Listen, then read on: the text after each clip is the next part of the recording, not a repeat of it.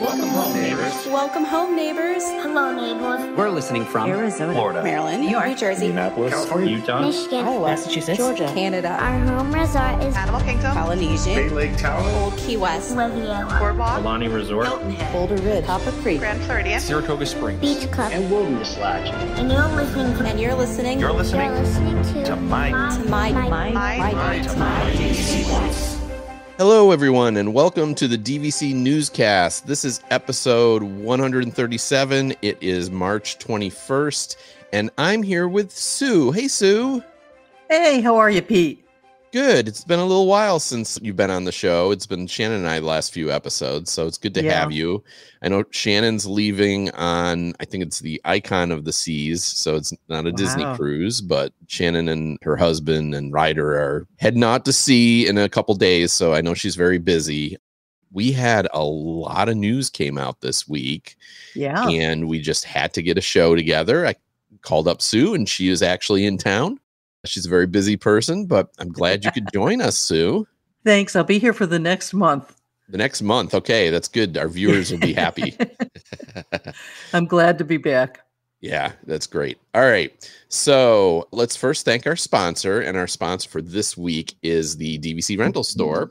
We want to give a shout out to our sponsor for today's episode, the DVC Rental Store. So maybe you are an existing DVC owner and you just ran out of points, and you want to rent some points for an upcoming trip. You can definitely contact them and see if they have a reservation available. A lot of times they have confirmed reservations that they're also trying to rent out. Or maybe you are a DVC owner that aren't able to make it down to Orlando or Anaheim this year, and you want to rent out your points. They will also help you out with doing that. So definitely hit up our friends at the DVC Rental Store. And with that, we're going to start the actual news. Sue, you're going to give us the first story here? I think this one's kind of neat. This is kind of neat. It's showing that we're getting over the COVID aspect. Vero Beach Character Breakfast is returning. And I know for a lot of you who go to Vero Beach, having a character breakfast there was really something very nice to have with the kids at the beach. Well, starting April 20th, the character breakfast will return to the Winds and Wave at Vero Beach. And it's going to be every single Saturday. This was, as I said, regularly scheduled event back before COVID, but now they're returning and they're coming back with a new menu. The characters will be Goofy and Pluto, and they'll be making the rounds while guests are enjoying their breakfast. The tasty menu items, some of the new ones that they're going to have will be Bananas Foster French Toast. Kind of reminds me of maybe the Tonga toast over at the Poly. It does sound a little bit like that, right? Yeah. Also, they're going to offer the Treasure Omelet. Breakfast hours are from 8 to noon, and it's available for booking now. So if you're going to be at Vero from April 20th forward, and you're going to be there on a Saturday, really, I think you're going to enjoy the breakfast. Winds and Waves it's a very nice restaurant, and you'll have the close-up and personal attention of the characters there. So you can do meet and greets and have your pictures taken, and great breakfast. Yeah. Have you ever done the character breakfast there? Because I know you've stayed there several times. Yep. Years ago, we did the character breakfast. And it's because it's a smaller restaurant, it's very intimate. And that's what we really liked about it. And the characters did spend time at every single table. They weren't as rushed as they are at Disney World, because you have a fast turnover at Disney World. And this was a lot more relaxing. Yeah. When I think about it, I mean, we stayed there once. It was actually, I think, just not too long post-COVID, so that breakfast wasn't there at the time. But we did eat at that restaurant, both for breakfast and dinner. Very good food. Yeah. So it's really the only option for food. They have like kind of quick service, but this is the only sit-down restaurant at Vero Beach. But the food there is very good, and which is nice to have it there, because there isn't a lot of restaurants in that immediate area, right? Right. You'd have to go in towards the town area. Yeah. But the nice thing is that with their couple of years ago, they built the new kind of a snack bar or fast food area. And that really is good. At nighttime, they do have some specials. Every night it's a different special. Okay. And they'll make salads for you. They have sandwiches. your choice of different sandwiches. So it's all freshly made, and great pastries in the morning and muffins for breakfast. It is nice. And then you've got all of the tables outside. So if it's a nice day and it's not raining, sit outside, have your breakfast or have your lunch or your dinner. Yeah, it's a lovely dining location, and there's enough food options there. I think if you're there for like a week or something like that, you'd probably want to get off property. Yeah. Or certainly, I mean, obviously, if you have a 1-bedroom or larger, you'd be cooking for yourself some. But we were in a studio, and I think we were only there 3 nights. So we mostly just ate at the location. And it was a lot of fun eating there and being there, because it's a piece of Disney without the rush of Disney. I kind of picture that's like going to Alani is, right? It's more relaxing than going to Disney World, but you still feel that you got that Disney experience. So I definitely recommend it to any DVC members that haven't tried it. Yeah. To me, it's a hidden gem. I try not to speak too often of it because I don't want people down there and not being able to get reservations, especially with the rooms in the inn. Yeah. The ocean view rooms in the inn are fantastic. Yep. That's where we stayed. And they were great for sure. That's good news. And we are live streaming this episode on several of the My DVC Point community sites. So if you are watching and you want to comment, we'll be seeing your comments. We can share them as we're going. So feel free, if you've been to that location, if you're happy to see the breakfast coming back, let us know. From there, we're going to travel across the continent to Disneyland with a couple pieces of news. And the one, and we've talked about this before, but the $2 billion investment project called Disneyland Forward has passed the planning board approval in Anaheim. So there was a meeting on March 11th, and the Anaheim Planning Commission voted 5-1 to approve a proposed $1.9 billion expansion for Disneyland Resort. Wow. And we've discussed it before, but the plan would expand both parks around the Disneyland Hotel, while also adding new parking and access ramps. The one may be interesting for DVC members. It also included a potential for more hotel rooms, as well as they mentioned 150 new DVC rooms. So we could eventually see another hotel. Now, this is a large project, probably a 10 plus year, expansion project. And it does have to still pass one more. This was the planning commission. So it still has to go past the town board. That's going to be in April. But, it sounds like it's in pretty good shape. And everything we hear about this is it's very exciting, especially those of us that bought at the Disneyland Hotel DVC. If the concept art says anything, the Disneyland Hotel would kind of be right in between 2 expansion blocks. So you'd be almost perfect in the park, which is the only thing that compared to the Grand Californian. And I love the Grand Californian too. But as far as style and feel and everything, I think I like the Disneyland Hotel better. But Grand California, of course, beats the Disneyland Hotel by literally being able to walk into the park from the hotel. If they did this for the Disneyland Hotel, it would be very, very cool. And it would make me even more excited for my points out there. So, what do you think, Sue? Is this?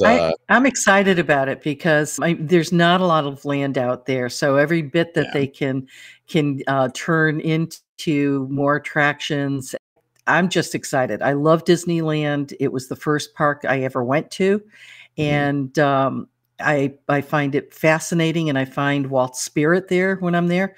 So I'm like you. I'm hoping that it's going to, at the Disneyland Hotel, you're going to be able to go from one to the other. Similar to when I was in Paris, the Disney Hotel in Paris leads right into the turnstiles. So you walk out and you're there. And that's so darn convenient, especially if you've got little ones and you need to get them back to the hotel for a little downtime. Even where it is now, I mean, a lot of Walt Disney World people haven't been out there, and it's hard to explain how compact it is versus Walt Disney World. So even though the Disneyland Hotel is the furthest from the park, furthest means it's I don't know, 8 minutes or something to walk to the gate. And the monorail's right there too. So if you don't want to go in through the front gate, or you're not trying to get to California Adventure, you can hop on the monorail, and it plops you right in Tomorrowland, right by the new DVC lounge. Right, right. That's one of the neat things is you're actually going into the park by monorail and you see some of the park from the monorail. Yeah. Again, much like Vero, definitely an experience everybody should do is go out to Disneyland. I will say I do favor overall Florida, and it's much easier for us to get to, relative. I mean, there's direct flights, so we can be in Florida in 2.5 hours versus probably 8 or 9 hours to get to California. We mostly go to Florida, but we are going for the first time in 5 years out to Disneyland in a couple of months. So nice. I'm looking forward to seeing that new DVC tower. Yeah, but your next story tells us that something may not be open. Yes, this is true. Well, I think everybody knows that Splash Mountain is being converted to Tiana's Bayou Adventure, but they just announced that at Disneyland, Critter Country is going to be closing at Disneyland on May 1st. Now, this is a temporary closure. They are not getting rid of the Winnie the Pooh attraction. It will still be there.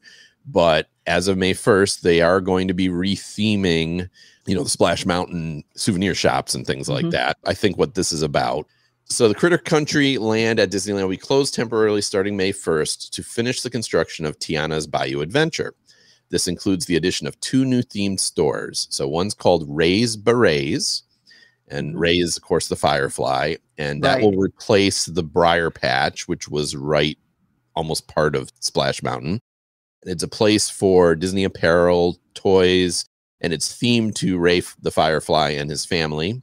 And then Louis Critter Club is taking over the left half of the Pooh Corner store with more apparel, accessories, home decor, and as well as your favorite critters. So I assume that means plushy souvenirs, that type of thing. If you're a fan of the Disneyland Tigger Tail, which I am, if you've never had a Tigger Tail at Disneyland, they are awesome and they're different from what's in Florida. But don't worry, the sweet treats of Pooh Corner will remain. So half of Pooh Corner will still be there. They'll still have Winnie the Pooh souvenirs and things like that. And then there's like a sweet shop there, and that will stay as well. The Winnie the Pooh attraction, again, will be closed during the time, but we're not expecting any changes to the attraction. I did see mentioned somewhere that the Hungry Bear, which is kind of on the fringes of Critter Country, will still be open during this, even though everything else is closed. We'll see. I used to love the Hungry Bear. They had some really good food there. I actually loved the fried green tomato sandwich, but I don't think they serve that anymore. But it's always been a pretty solid restaurant, quick service restaurant. Yep. And they need to keep something open over there for people, because otherwise it's a slight distance away to try and find another restaurant. Yeah. And you think about it, and Splash Mountain's going to be closed. And also Haunted Mansion is currently closed because of the additional shops that they're going to be putting there and the changes to the queue area. And they still haven't said when that's going to reopen. Wow. We're going to be there in late May. I'm thinking that whole little corner there is basically going to be closed. If you don't have Haunted Mansion, you still have Pirates and you still have New Orleans Square, but that side is going to be pretty empty as far as things to do. Things have to be constructed, and sometimes you got to close for them. So it's not the worst thing. It's just a couple of shops in Winnie the Pooh. As long as Pirates is still open. Yeah, as long as Pirates is still open, because honestly, Winnie the Pooh is probably one of the few attractions in California that's inferior to the Florida one. A lot of them are better out in California, but that one, they're actually very similar. But I think the Florida one is better personally, because the story scenes are out of order in California. And it makes a lot less sense when they change around the order of everything. You're like, why am I going to this? So you get so used to it here in Florida, and you go there and it's like, okay. Yeah, I'm coming in at the end of the ride and going backwards almost. Right. Yeah. That's backwards. Well, but we have some news on the DVC member cruise for 2025. It's been announced. The cruise dates have been announced. They're going to have a members only trip, which will be a 5-night cruise in 2025, and it will be on the Disney Dream. It's going to feature a stop in Cozumel, Mexico, a day at Castaway Cay, and 2 days at sea, which is nice because you get a chance to enjoy the ship. The itinerary is going to be starting on Saturday, August 2nd of 2025, and it's departing from Fort Lauderdale. So not Port Canaveral, but Fort Lauderdale, Florida. Mm-hmm. It'll have the first day at sea on Sunday, arrive in Cozumel on Monday, and then a day at sea on Tuesday, arrive at Castaway Cay on Wednesday, and return to Fort Lauderdale on Thursday. So 5-night cruise out of Fort Lauderdale, 2 days at sea, which is really nice. I love when the sea days. Booking is going to take place on Saturday, April 13th of 2024 at 10 a.m. So if you're interested in the members cruise, there's a couple things you should know. First of all, set your clock so that you are there on time, trying to dial in because the cruise, different rooms will sell out pretty fast. And no pricing is available right now, so we don't know how many points it's going to take or the cash going to it. But in order to book, you have to be a member that's qualified. So you have to have the membership extras, and that would not be people with the resale.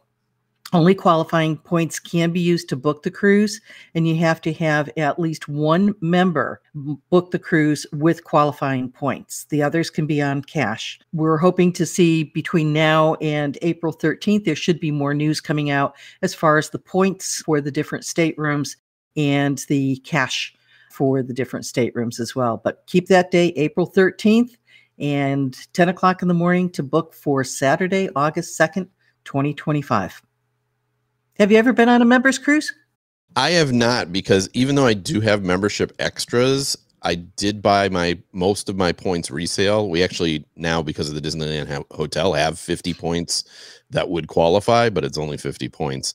We have 160 points that we bought in 2014, which do give us the membership extra benefits, except for the ability to use it for Disney Cruise Line or ABD or anything like that. That was the first resale perk they took away from resale, and I don't know exactly the date that they did that. It was before March of 2014 because that's when we bought. That's when you bought.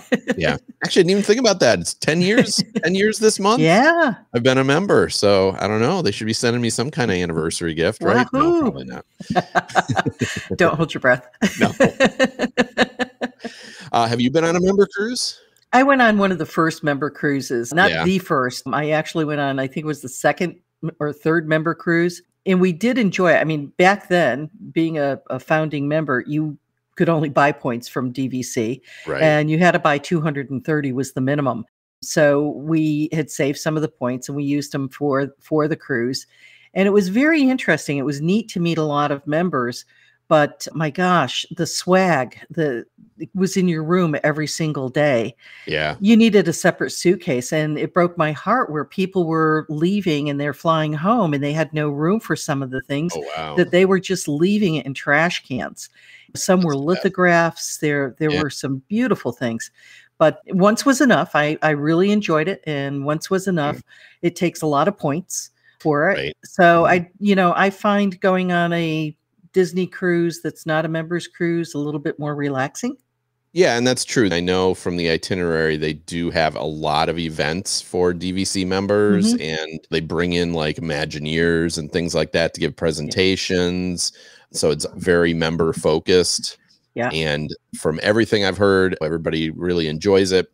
I mean, the one thing I will say, is typically not a great use of points for using them for cruises. But again, if you just book one of the people on points and then you pay cash, the cash price they offer for the DVC member cruise is not any higher than a regular cruise. Right.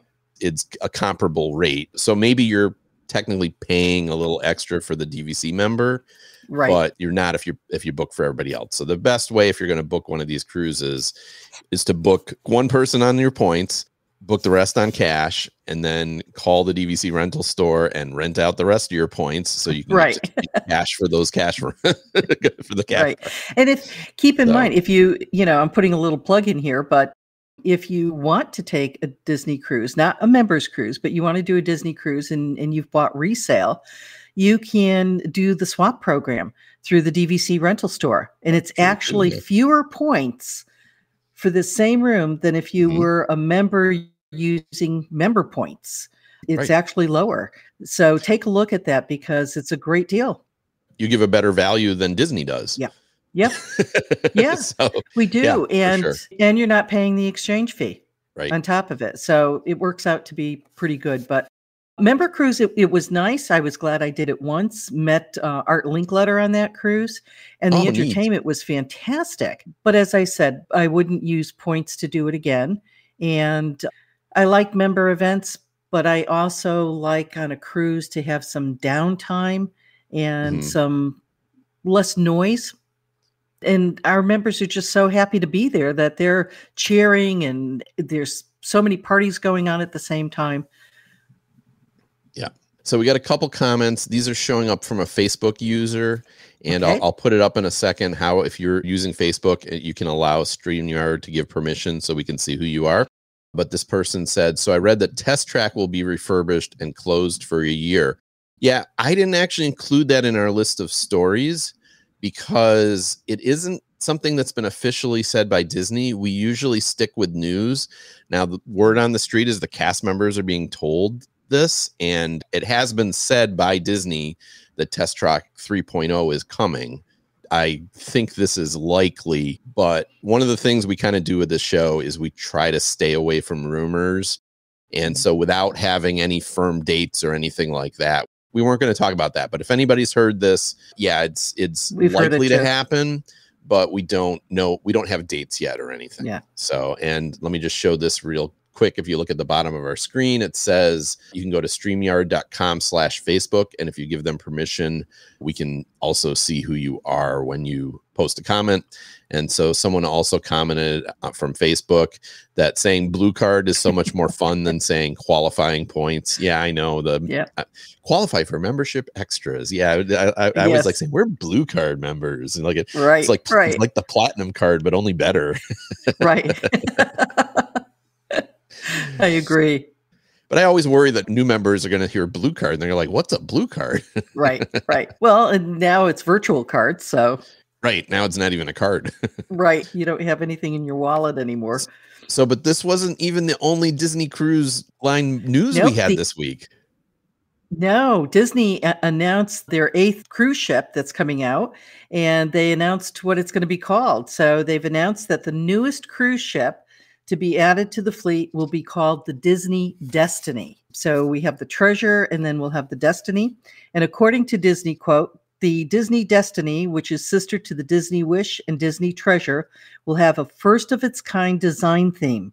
It's going to be designed around heroes and villains, drawing on the legacies of beloved Disney stories and characters and theme park attractions.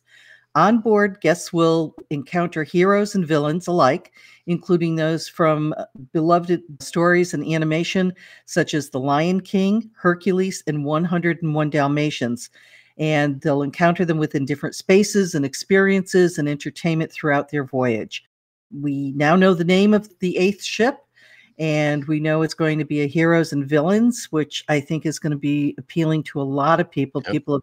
They love villains. And I'm excited about it because I think it's going to be a different vibe to the cruise. Yeah, and it almost makes me think, is it going to be a more adult-oriented ship? That's what I was wondering. Because, like, little kids don't want to be, like, walking into the kids club and there's a big Cruella standing there, Disney's always going to be kid-friendly, but it makes me wonder if it's going to be slightly more interesting to adults because I heard this and I was like, oh, this might even get me back on a Disney cruise. I don't know. Yeah. Sailing in 2025, which kind of surprised me that it's going to be ready that quickly, considering they just laid the keel. Yeah. So I would assume it was going to be very late in 2025. I would think so too, but it's, all I can imagine, and I'm hoping, is that they have some type of a villain's lounge area. To me, that would be so neat with different concoctions and gotta, right? Oh yeah, I mean, I love that kind of thing. I'm a villain person. I really do enjoy meeting Yeah. the villains. And every time Disney had a villain party, they had a couple of them over at Hollywood Studios. Those were sold out events. Yep. Fans have wanted a villain's park or a villain's land and everything like that. I mean, it's something that fans seem to want. And, they just talk about Disney villains, but you got Marvel villains, you got Star Wars villains that they can still do on this ship, So there's plenty of characters they can draw from to make this entertaining heroes and villains. Yeah, and 8 ships. Wow. I know, it's like a serious cruise line now, right? Yeah, it is. It's a contender. Yeah, for sure. And with that, we have one more story. And this one was announced just today about EPCOT finally finishing with construction.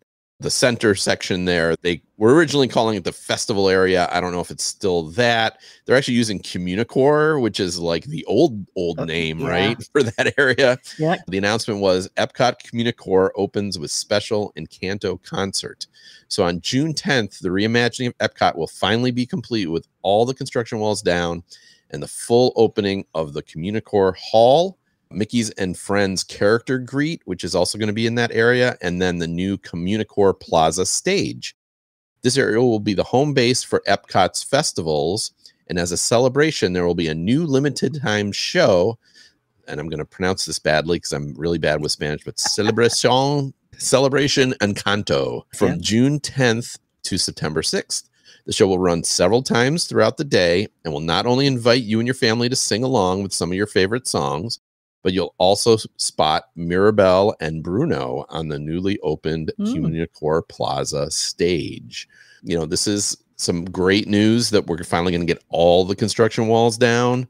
I'm hoping that this will return as a festival center, similar to what they used to do at either the old Wonders of Life, when they, remember they had the festival center inside Wonders of Life, and they had like wine tastings, and they had a place where you could buy the wines from the festival. I would love to see that kind of thing return.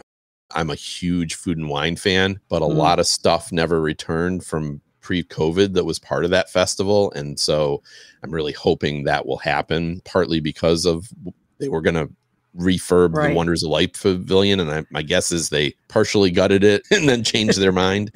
So that poor building's been so abused. I don't know. It's neglected. Yeah. But what about you?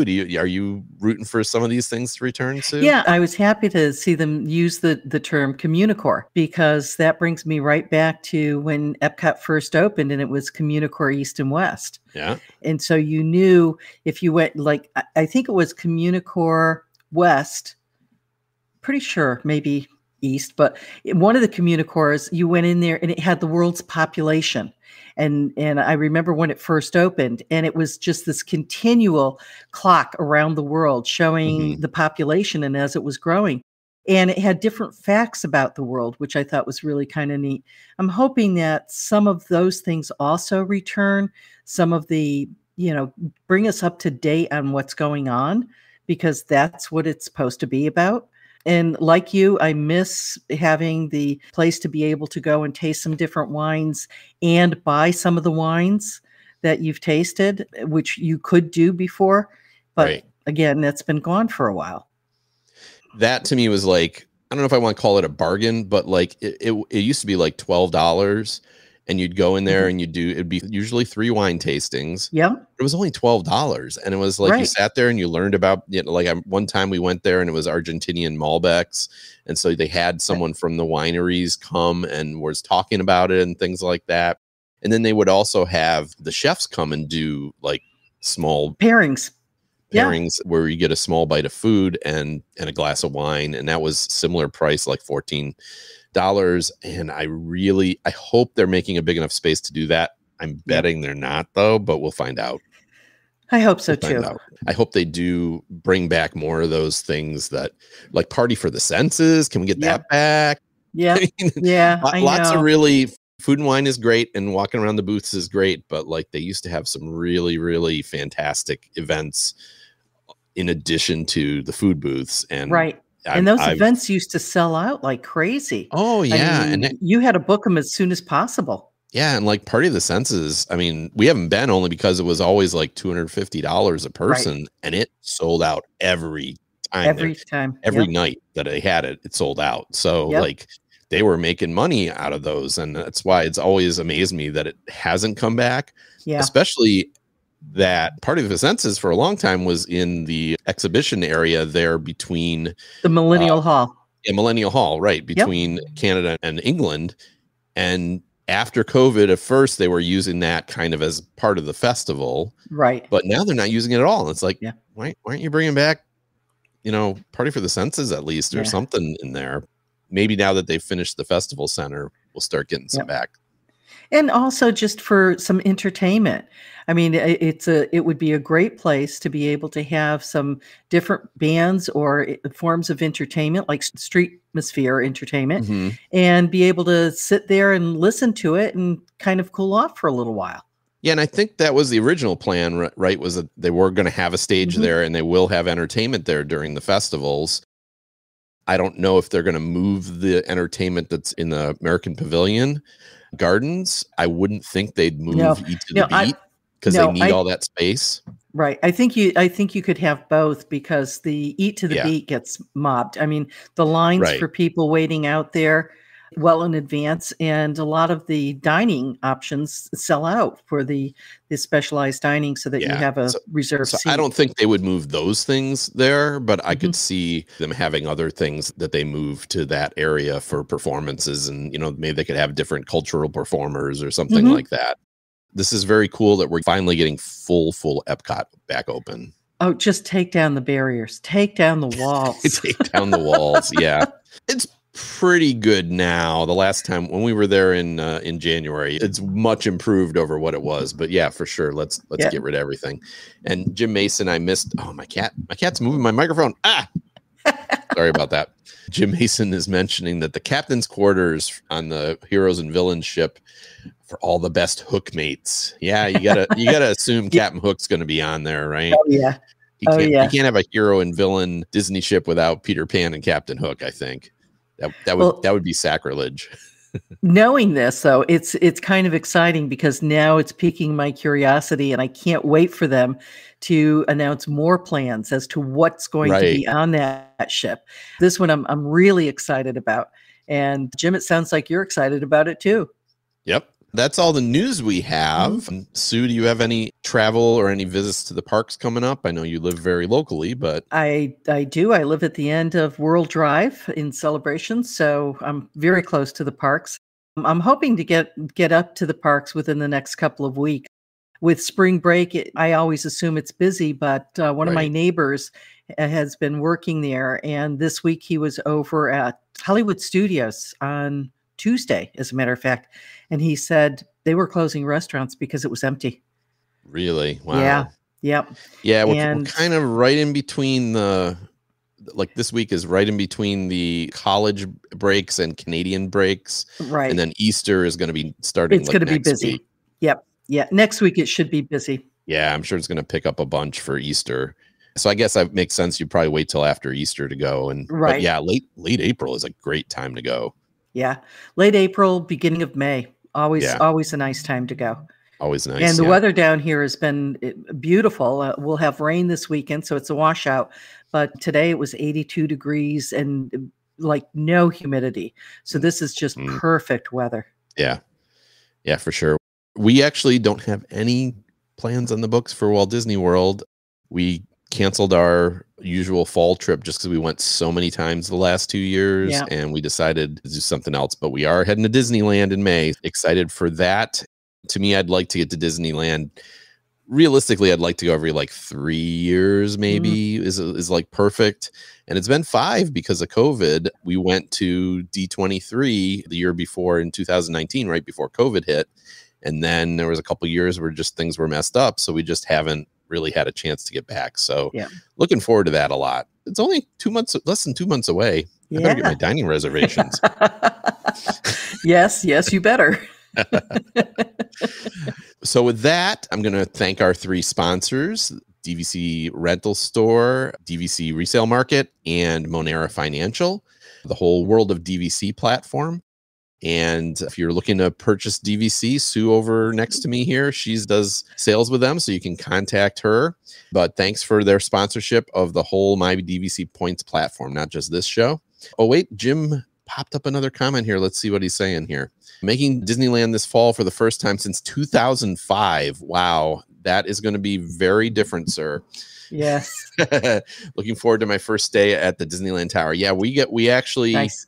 I think we have 9 nights at the Disneyland Tower. We're not spending all that time at Disneyland. We have some other plans as well. We want to get down to the San Diego Zoo, but we decided we're going to base, because of our DVC, we're going to base out of the tower, and we're using, again, we only have 50 points, but you can bank and borrow. So we borrowed, we got 100 points, and I think we originally had 6 nights with that, and then we added some points or some extra nights at 7 months. And so I think, as I said, I think it's going to be 9. It's either 9 or 10 nights. So I'm really looking forward to that. Yeah. So it should be fun. That'll be nice. Very nice. Yeah. So with that, I'm going to say goodbye from the whole team here at My DVC Points, and everybody have a great evening. See you next week.